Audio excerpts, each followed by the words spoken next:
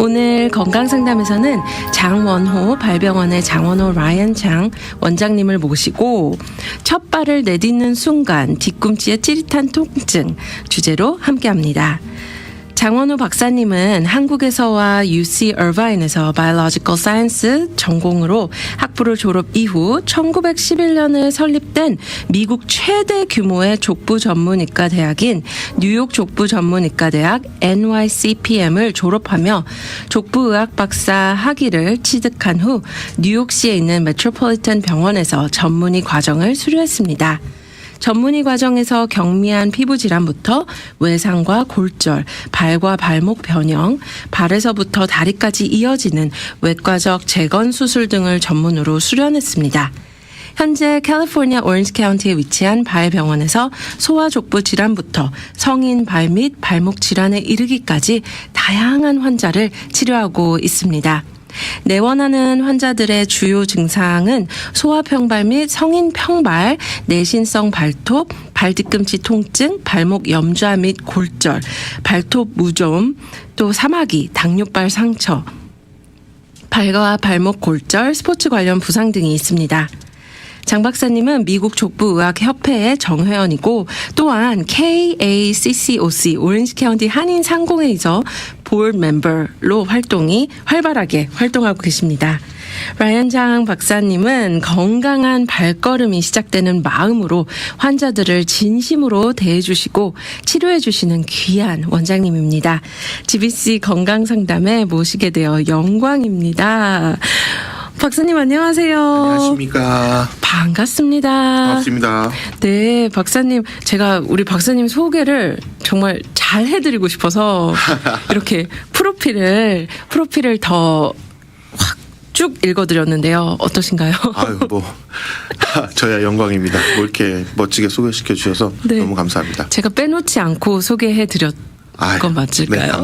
네, 네, 물론 이보다도 더 많은 활동을 하셨지만, 네, 제가 간추리고 또 간추려서 이렇게 소개해드렸는데요. 우선 저희 건강상담에 함께해 주셔서 다시 한번 감사드립니다. 네, 감사합니다. 네, 오늘 저희 주제가 첫 발을 내딛는 순간 뒤꿈치의 찌릿한 통증, 족저근 막염. 네, 이 부분에 대해서 저희가 나눌 텐데요. 우선 사연이 있어요. 네, 원장님 사연 먼저 소개해드리겠습니다. 네. 안녕하세요. 저는 마트에서 일하고 있고 하루 종일 바쁘게 움직이는 생활을 하고 있습니다.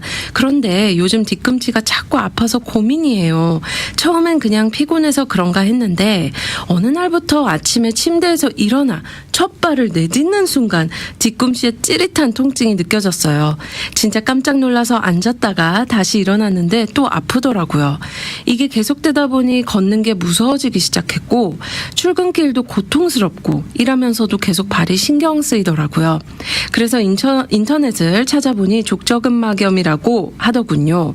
물론 제가 원장님과 같은 분을 직접 뵈고 진단받은 건 아니어서 100%는 잘 모르지만 발바닥에 있는 근막에 염증이 생겨서 그렇다는데 이걸 제가 자가 진단을 할 수 있는 방법도 있을까요? 발을 좀 쉬게 해주세요 라고 주위에서 들었는데 어떻게 그게 쉬운 일인가요? 매일 바쁘게 일해야 하니까 그래서 그래도 계속 이렇게 아플 수는 없어서 요즘은 집에서 발 마사지도 해보고 스트레칭도 열심히 하고 있습니다. 조금씩 나아지긴 했지만 아직 갈 길이 멀어요. 사연 들어주셔서 감사합니다. 박사님의 귀한 시간 기대됩니다 하면서 사연 보내주셨어요. 네, 원장님 이렇게 이런 고통, 통증을 호소하시는 분들 많을 것 같은데 어떤가요? 네, 그렇습니다. 사실 이런 통증을 호소하시는 분들로 이제 저희 병원에 내원하시는 분들이 많습니다. 오늘 오전에도 약 30%의 환자분들이 뒤꿈치 통증을 호소하고 내원해 주셨습니다. 네. 특히 요즘 시즌에 이제 여름이 지나고 이제 가을로 접어드는 시기에 이런 것들이 자주 발생하는데요. 이것은 올바르지 않은 보행 습관과 그리고 또 제대로 서포트 되지 않는 신발, 그러니까 슬리퍼 같은 것들을 많이 신고 걸으시다가 발병해서 이렇게 내원하시는 분들이 요즘에 많습니다. 아무래도 날씨가 덥다 보니까 이렇게 발을 서포트하지 않는 신발들 덕분에 그런 거죠? 네, 그렇습니다. 예, 그렇군요. 논문을 찾아봐도 네. 예, 이 가을 시기에 더 많이 발생한다는 사례들이 예, 발견되곤 합니다. 그렇군요. 우리 사연을 보내주신 분처럼 첫 발을 내딜 때 가장 통증이 심하다고 하는데요.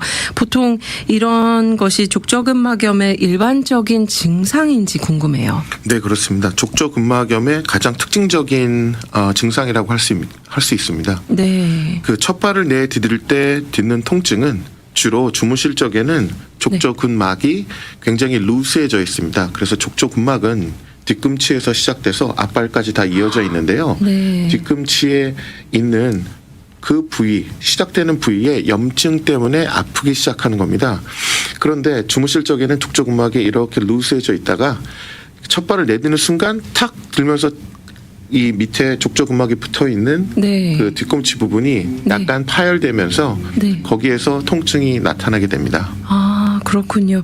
또 우리 원장님께서 친절히 우리 유튜브 방송을 시청하시는 분들을 위해서 또 이렇게 실제 보여주실 수 있는 모델을 가지고 오셨어요. 네, 앞으로 설명을 계속 해주실 텐데요.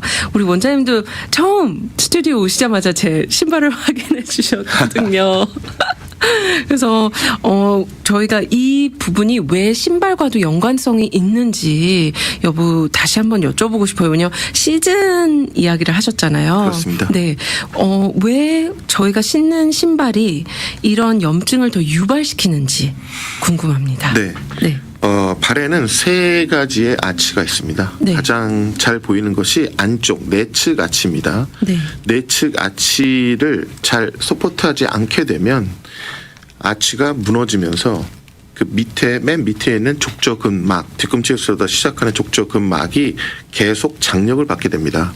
그래서 마치 스프링을 잡아당긴 듯한 장력이 올라감으로써 이 뼈가 사실 자라게 하게 됩니다.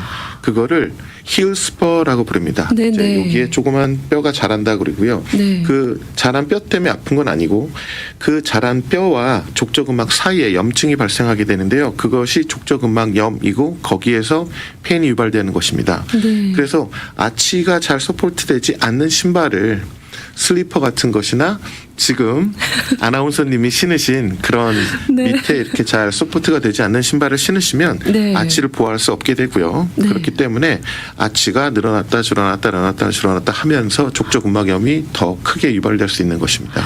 그렇군요. 근데 우리 사연으로 다시 돌아갔을 때 이분이 말씀해 주셨던 게 직업상 하루 종일 서 있으셔야 된다고 했어요. 네. 그럼 당연히 서포트가 안 되는 신발을 신으면 더 이렇게 안 좋게 만드는 건 당연하겠네요. 그렇습니다. 네. 그런데 이제 대부분 환자분도 그렇고 주위 분들을 보면 네. 발가락이 이제 오픈돼 있으니까 슬리퍼를 신으면 그게 더 편하다고 느끼시는 분들이 있으세요. 근데 사실 맞는 사이즈의 운동화, 즉 볼이 넓고 토박스가 높은, 그래서 발가락이 자유롭게 움직일 수 있는 신발을 신으시면 절대 그렇게 불편하지 않습니다. 네. 그리고 신발을 사실 적에 신발을 반으로 접어서 접히는 신발은 절대 사시면 안 되고요. 네. 신발을 접었을 때 접히지 않거나 혹은 발가락 있는 부위만 접히는 신발을 구입하셔서 신는 것이 발 건강에 상당히 도움이 된다고 할 수 있겠습니다. 네. 제가 안 그래도 다음 질문으로 쿠션이 두툼한 신발 여쭤보려고 했는데, 저도 그래서 우리 원장님이 제 신발을 보셨듯이 저도 우리 원장님 신발을 보게 되었는데, 굉장히 쿠션이 있더라고요. 네. 네. 그런, 제일 중요한 부분은 신발이 접히지 않는 신발. 또 앞부분에 토와 발가락이 있는 부분은 접혀도 괜찮은 거죠. 그렇습니다. 네. 우리 듣고 계신 청취자분들께서 꼭 고려해 주시면 좋을 것 같습니다. 하나만 더 여기서 보조 설명을 드리자면 네. 쿠션이 있는 신발이 좋은 것이 아니고요. 네. 멀티 레이어가 받쳐주는 신발이 좋습니다. 그래서 어떤 부분은 쿠션이 있지만 그 중간은 또 딱딱해야 됩니다. 네. 그래서 쿠션만 있다고 좋은 신발은 절대 아니고요. 네. 멀티 레이어로 구성돼 있고 그중에 쿠션도 있고 그중에 굉장히 딱딱해서 접히지 않는 신발이 네. 중요합니다. 우리 발은 걸을 때 앞에 발가락 관절만 접어서 걷게 됩니다. 즉 중간에 발, 특히 아치는 딱딱하게 접히지 않아야 되거든요. 네. 그래 그게 잘 서포트된 신발이라고 할 수 있겠네요. 네, 그렇군요. 이렇게 통증을 호소하시는 분들이 아무래도 처음부터 병원을 내원하시지 않는 경우가 더 많잖아요.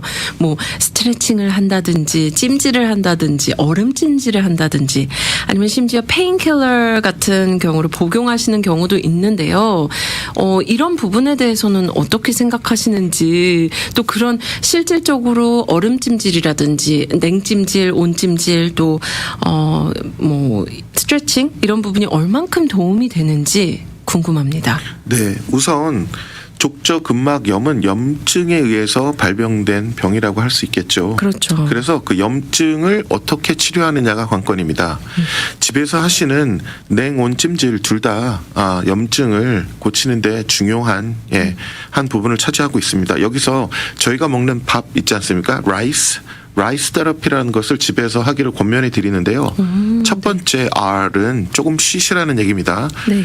그러니까 아프실 적에 더 많이 움직이시면 더 많이 고통이 수반되겠죠. 그리고 네네. I는 아이싱을 얘기합니다.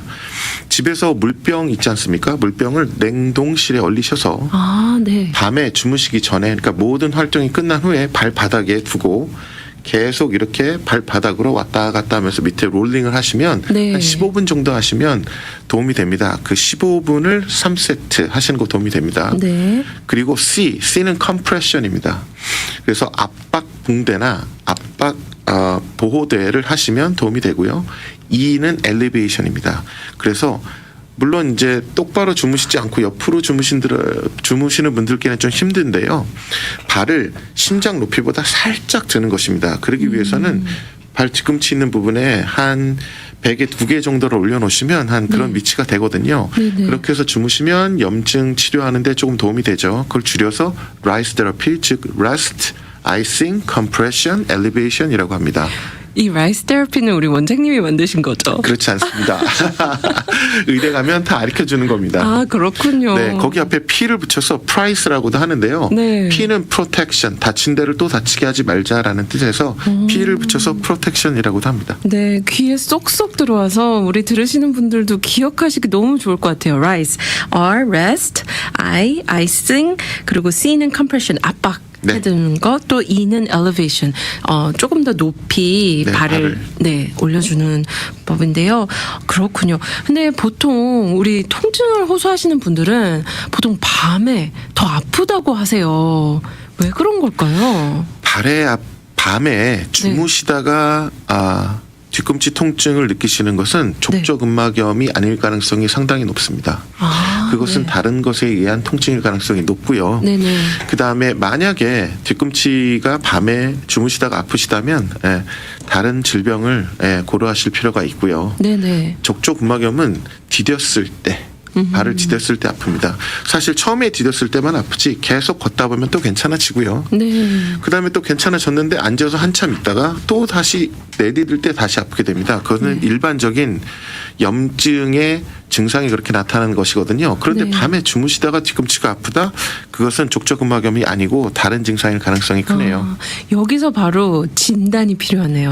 네, 정확한 의료진과의 만남이 여기서 필요한 것 같은데 이렇게 아무래도 방금 말씀해 주신 것처럼 계속 아프지 않다 보니까 사실 바쁜 일상을 살다 보면 까먹을 수 있잖아요. 잊어버릴 수 있고.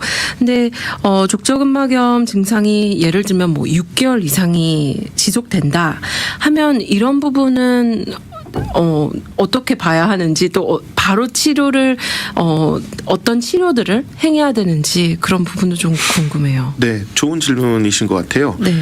사실 논문에 보면 치료를 하지 않아도 평균적으로 9개월이면 족저근막염은 없어지게 됩니다. 네. 하지만 이것은 우리의 삶의 질과 관련된 것이거든요. 그렇죠. 9개월 동안 계속 뒤꿈치 아파가시면서 지내시겠습니까? 아니면 빠른 치료를 받으시겠습니까? 그래서 6개월간 지속이 된다는 건 사실 그렇게 오래 지속된 건 아닙니다. 치료를 받지 않으면 9개월 정도 가는 것이 보통입니다. 네. 그렇군요. 그러면 이 족저근막염은 만성화되거나 그런 건 꼭 아니라고 볼 수 있겠네요. 그렇습니다. 이제 일단 만성이라고 하는 것은 이제 네. 3주 이상 지나면 만성이라고 볼 수 있고요. 아, 네. 그 전에는 이제 만성이 아닌 이제 급성이라고 볼 수 있는데요. 네. 일단 많이 아프시면 자가 진단을 통해서 알아보시는 것보다 가까운 의료진을 찾아뵙고 엑스레이 등 영상 장비를 동원해서 금방 이렇게 진단할 수 있으니까요. 그리고 네. 치료도 오늘 계속 말씀드리겠지만 비교적 간단하니까 네. 전문 의료진을 찾아뵙는 것을 권면드립니다. 네. 안 그래도 이제 치료 부분을 언급하고 싶었는데요. 사실 좀 무서웠던 부분이 우리 원장님께서 말씀해 주시면서 이렇게 뒤꿈치에 있는 뼈가 자란다라는 표현을 해 주셨어요. 그러면 혹시 어떤 시술을 해야 하는지, 어떻게 치료를 해야 되는지, 그러면 그 자란 뼈가 다시 이렇게 없어지는지 이 부분이 궁금한데 어떤가요? 네, 첫 번째로 네. 자란 뼈는 없어지지 않습니다. 아, 네. 하지만 다시 말씀드리겠습니다만 그 자란 뼈가 굉장히 뾰족한데요. 훅처럼 생겼습니다. 엑스를 네. 보면. 그 뼈 때문에 아픈 것은 아니고요. 네. 그 뼈와 족저근막 사이에 있는 염증 때문에 아픈 것입니다. 그래서 사실 수술은 권면하지 않습니다. 치료법은 굉장히 여러 가지가 있는데요. 제가 아까 말씀드린 라이스 테라피 굉장히 중요하겠고요. 네. 그다음에 아까 질문하셨는데 언급해드리지 못한 스트레칭도 굉장히 중요합니다. 네. 저희 웹사이트에 가 보시면 그리고 저희 그 유튜브 채널에 가 보시면 그 스트레칭 할 수 있는 4가지 방법이 나와 있는데요. 그것을 20초씩 하루에 10번 정도 하시는 것을 권면해 드립니다. 사실 저도 족저근막 환자거든요. 그래서 네. 저도 이와 같이 맞춤형 의학용 인솔을 끼고 있는데요. 이것을 끼지 않거나 또 이제 오래 장시간 서서 수술을 하거나 무리하면 뒤꿈치가 아파오는데요. 그때 저도 바로바로 그때 스트레칭을 하게 됩니다. 그렇군요. 그게 이제 약을 먹기 전에 우리가 할 수 있는 가장 좋은 방법이라고 할 수 있겠습니다. 네. 만약에 약을 복용하게 된다면 그 기간이 있을까요? 약을 복용하는 기간은 네. 짧을 수 있겠습니다. 왜냐하면 네. 장기적으로 복용하는 것은 크게 도움이 되지 않을 뿐더러 네네. 다른 예를 들어서 NSAID처럼 Non-Steroid Anti-Inflammatory Drug이라고 부르는데요. 네. 크게 유명한 것을 에드빌, 얼레이브 이런 약들이 있습니다. 이런 약들은 염증을 효과적으로 빼주겠습니다만 장기 복용할 경우에 위에 부담이 되므로 그렇죠. 적어도 일주일에서 한 2주 길게 이 정도 복용하면 제일 좋을 것 같고요. 그 NSAID 약군에서도 하루에 하나를 드시는 굉장히 약한 약이 있습니다. 저는 그래서 그걸 주로 처방해 드리고요. 네. 그리고 이건 비스테로이드성 소염제라고 표현되는 NSAID 드럭인데요. 실제로 스테로이드를 드리기도 합니다. 근데 스테로이드는 장기 복용할 경우에 너무 많은 사이드 이펙트가 있기 네. 때문에 주로 6일 드시는 약을 처방해 드리고 있습니다. 네. 사실 우리 환자분들께서 조금 약에 대한 거부감이 있으실 수 있잖아요. 네. 그래서 이렇게 또 자세하게 설명해 주셔서 그래서 이제 감사합니다. 약을 네. 드시길 않는 분들은 주로 제가 권면해 드리는 것은 레이저 치료와 체외 충격파 치료를 추천해 드립니다. 네. 이것은 사실 제일 먼저 권면해 드리지 않는 이유는 보험에 커버가 되지 않기 때문에 네. 환자분들께서 직접 그 의료비를 이제 지불하셔야 되기 때문에 제가 권면해 드리지 않는데요. 치료 효과는 상당히 좋습니다. 네. 그래서 3번에서 5번 정도 받으면 거의 모든 증상이 없어진다고 보시면 되고요. 네네. 이제 논문에서도 계속 발표가 되고 있지만 특히 족저근막염에는 체외 충격파가 아주 잘 듣습니다. 아, 그렇군요. 네, 이렇게 레이저 치료나 체외 충격파 시술도 있고 또 한 3번에서 5번 정도 죄송합니다. 트리트먼트를 받으시면 된다고 했는데요. 네. 하지만 이 부분은 이제 비보험이다 보니까 우리 원장님들과 또 의료진들과 충분한 상담 이후에 이뤄지면 참 좋겠네요. 네, 그렇습니다. 네. 저도 궁금한 게, 근데 족저근막염을 이렇게 호소하시는 분들이 혹시 이런 부분이 이제 다리를 타고 올라가서 이제 허리 통증이나 이런 데까지도 연결성이 있는지 그냥 궁금하거든요. 어떤가요? 굉장히 좋은 질문입니다. 네. 우리 몸은 다 연결되어 있지요. 네.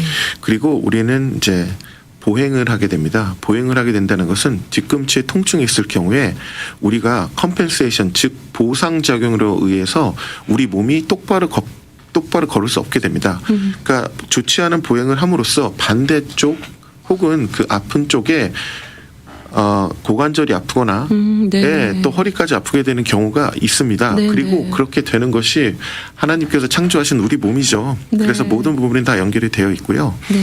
그래서 아까 말씀드린 것처럼 약이나 어떤 체외 충격파나 이런 것들로 빠른 치료가 안 될 경우에 스테로이드를 국소적으로 발 그 아픈 부위에 염증 부위에 놔서 네. 그런 보상작용이 일어나서 무릎이 아프고 고관절이 아프고 허리가 아픈 것을 예방하기도 합니다. 네.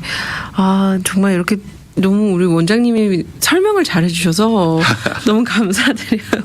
특히 이런 부분을 호소하시는 분들이 은근히 많으시는데 어떻게 치료해야 될지 모르시는 분들이 많더라고요. 네, 또 발은 너무 중요한 부위잖아요. 저희를 좋은 곳으로도 데려가고 참 그런데 저희 발 관리 굉장히 중요한 것 같은데 특별히 이 시간에는 우리 원장님께서도 족저근막염이 있으시다고 하셨는데요. 말씀하셨던 라이스 테라피 또 스트레칭 외에 우리 원장님의 특별 발관리법이 있을까요? 발관리법을 얘기해 드리겠는데요. 네. 먼저 말씀드리자면 이 발관리법은 족저근막염을 위한 발관리법은 네. 아니고요. 전반적으로 발을 어떻게 관리하는가를 말씀드리겠습니다. 네. 우선 발을 하루에 한 번이나 두 번 깨끗하게